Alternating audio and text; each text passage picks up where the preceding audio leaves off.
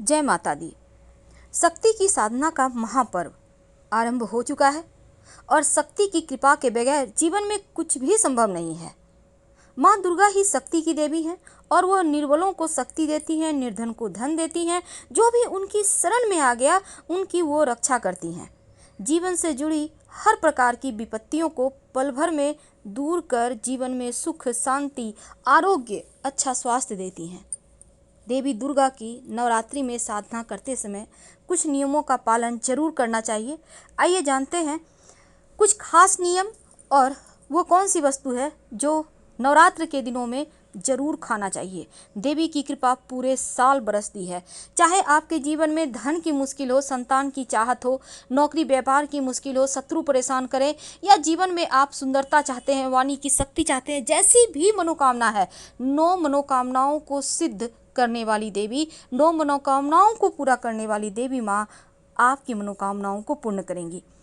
तो नवरात्रि में जो माँ दुर्गा हैं उनकी उपासना जब भी आप कीजिए, जब भी मंत्र जप कीजिए, अगर संभव हो तो चंदन की माला से करें। अगर चंदन का माला नहीं है तो कोई बात नहीं, आप 108 पुष्प गिन कर रख लें, फिर उससे कर सकते हैं। एक एक करके पुष्प अर्पित करते जाएं माता रानी को। पुष्प नहीं है तो आप बादाम रख सकते हैं, मिश्री के दाने रख सकते हैं, कुछ भी रख सकते हैं। माँ लक्ष्मी की उपासना अगर कर रहे हैं नवरात्र के दिनों में तो माँ का मंत्र माँ लक्ष्मी का स्फटिक की माला से या कमल गट्टे की माला से जपना चाहिए।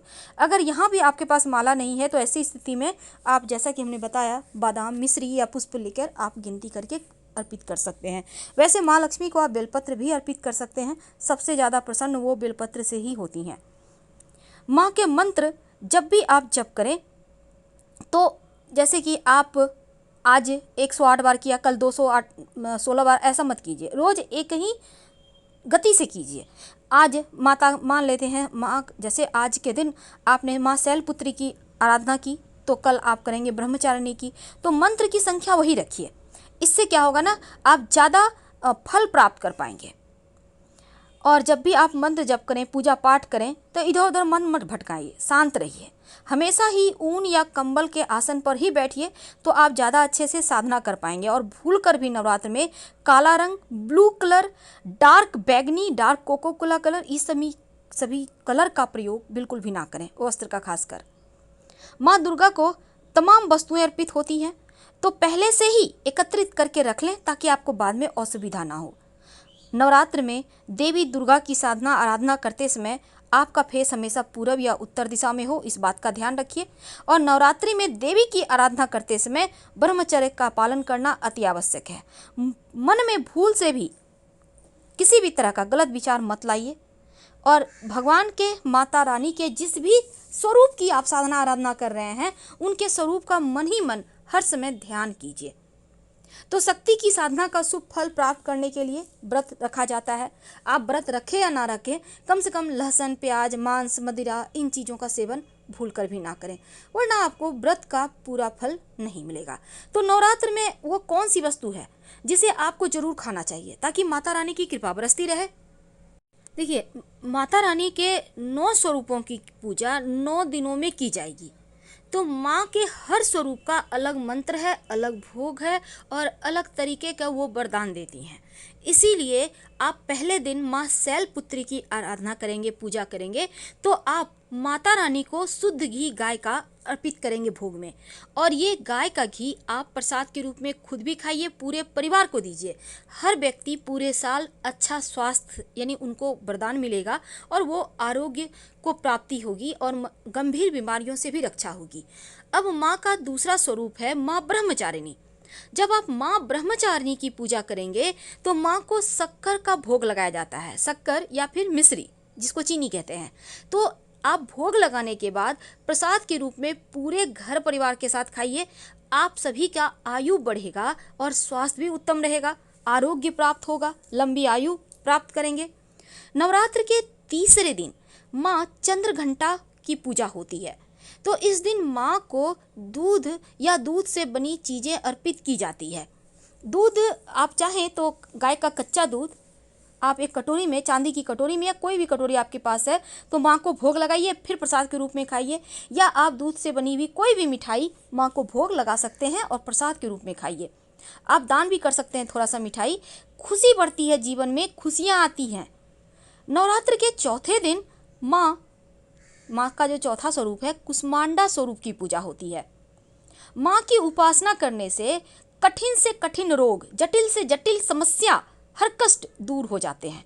तो माँ को मालपुए का भोग लगाया जाता है। अब मान लेते हैं मालपुए आपको नहीं बना पाए किसी कारणवश, तो आप गुड़ का भोग लगाइए, खुद भी खाइए और सबको खिलाइए। बुद्धि तेज होगी, आपकी वाणी की शक्ति बढ़ेगी, दिमाग एक्टिव रहेगा।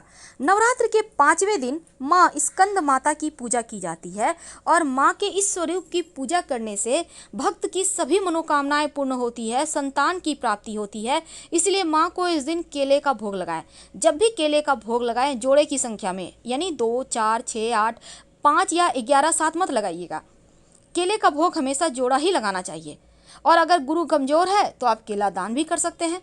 नवरात्र के 6ठे दिन देवी कात्यायनी की आराधना की जाती है और उनकी पूजा करने से अर्थ काम मोक्ष की प्राप्ति होती है। माँ को शहद का भोग लगाया जाता है। अगर आपके घर में चांदी का बर्तन है तो उसी में रखकर शहद का भोग लगाइए, पूरे परिवार के साथ खाइए। जीवन में मिठास घुलेगा, प्रेम बढ़ेगा अपनों के साथ। 7वें दिन माँ कालरात्रि की पूजा होती है।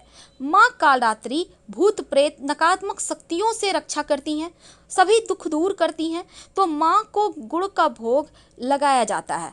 गुड़ जब भी आप भोग लगाइए तो आधा गुड़ घर में अपनों के साथ खाइए प्रसाद के रूप में, और आधा गुड़ किसी को दान कर दें या पास के मंदिर में रखाएं। जीवन के कष्ट मिटेंगे, किसी भी तरह का नकारात्मक ऊर्जाएं समाप्त हो जाएगी। नवरात्र के 8वें दिन माँ महागौरी को नारियल का भोग लगाया जाता है और नारियल का भोग लगाने से घर में सुख समृद्धि बढ़ती है, संतान से जुड़ी समस्या दूर होती है और पूरे परिवार के साथ प्रसाद में जो भी आपको नारियल मिल गया है जरूर खाइए, खुशियाँ बढ़ेंगी, सुख आएगा। और आखिरी दिन माँ सिद्धिदात्री की पूजा होती है। तो माँ सिद्धिदात्री को जगत को संचालित करने वाली देवी माना जाता है और इस दिन माता को तिल का भोग लगाया जाता है। तो नवमी के दिन तिल का भोग लगाने से किसी भी तरह का जीवन में अनहोनी नहीं होती, जो आकस्मिक घटनाएं हैं वो नहीं घटती और जीवन एकदम से स्मूथ चलता है। तो माँ के 9 दिनों में 9 भोग लगाइए और प्रसाद के रूप में खाइए। लेकिन जो 10वीं तिथि है जिसको हम विजयादशमी कहते हैं, विजयादशमी के दिन पूरे परिवार के साथ मिलकर माता रानी के मंदिर जरूर जाइएगा और एक न एक नया वस्त्र जरूर पहनिएगा। जरूरी नहीं कि सारे वस्त्र नया हो, एक न एक पहनिए और माता को आप पान का भोग लगाइए, पान अर्पित कीजिए और पूरे परिवार के साथ पान खाइए। पूरा साल आपका बहुत ज़्यादा जीवन में खुशियाँ लेकर आएगा, सुकून लेकर आएगा। और एक दिन नवरात्र में किसी भी दिन माँ को, वैसे महाअष्टमी के दिन कोशिश कीजिएगा, एक कटोरी में दूध ले लें, उसमें एक चांदी का सिक्का डालकर माँ को भोग लगाएं। 1 घंटा कम से कम माँ के सामने रहने दें। बाद में सिक्का को पोंछ कर अपने पास संभाल कर रख लें। जो दूध है थोड़ा थोड़ा प्रसाद के रूप में खा लें, 1-1 बूंद, और बाकी का ज़्यादा दूध नहीं लीजिएगा, इतना ही लीजिए कि चांदी का सिक्का उसमें डूब जाए। छोटा बड़ा सिक्का मायने नहीं रखता, नया पुराना भी मायने नहीं रखता, आपके पास जो है उसी को डालें लेकिन सिक्का हो। और बाकी का दूध किसी पौधे में डाल दें। वैसे दूध थोड़ा ही लीजिएगा, याद रखिए ज़्यादा आपको बर्बाद नहीं करना। तो इस तरह से आप 9 दिनों में 9 भोग आपको जरूर खाना है। घर में पूजा पाठ करें, नहीं मान लीजिए किसी कारणवश घर में पूजा नहीं हो पा रहा तो आप कहीं से भी प्रसाद की व्यवस्था करें और खाइए। और साथ ही नवरात्र के 9 के 9 दिन पान मत खाइएगा, 10वीं तिथि को खाना है। और साथ ही 2 लौंग माता रानी को नियमित रूप से अर्पित करें और प्रसाद के रूप में खाएं। शत्रु विरोधी शांत रहेंगे, हर तंत्र क्रियाओं से रक्षा होगी। फिलहाल विदा लेंगे। हर हर महादेव। धन्यवाद।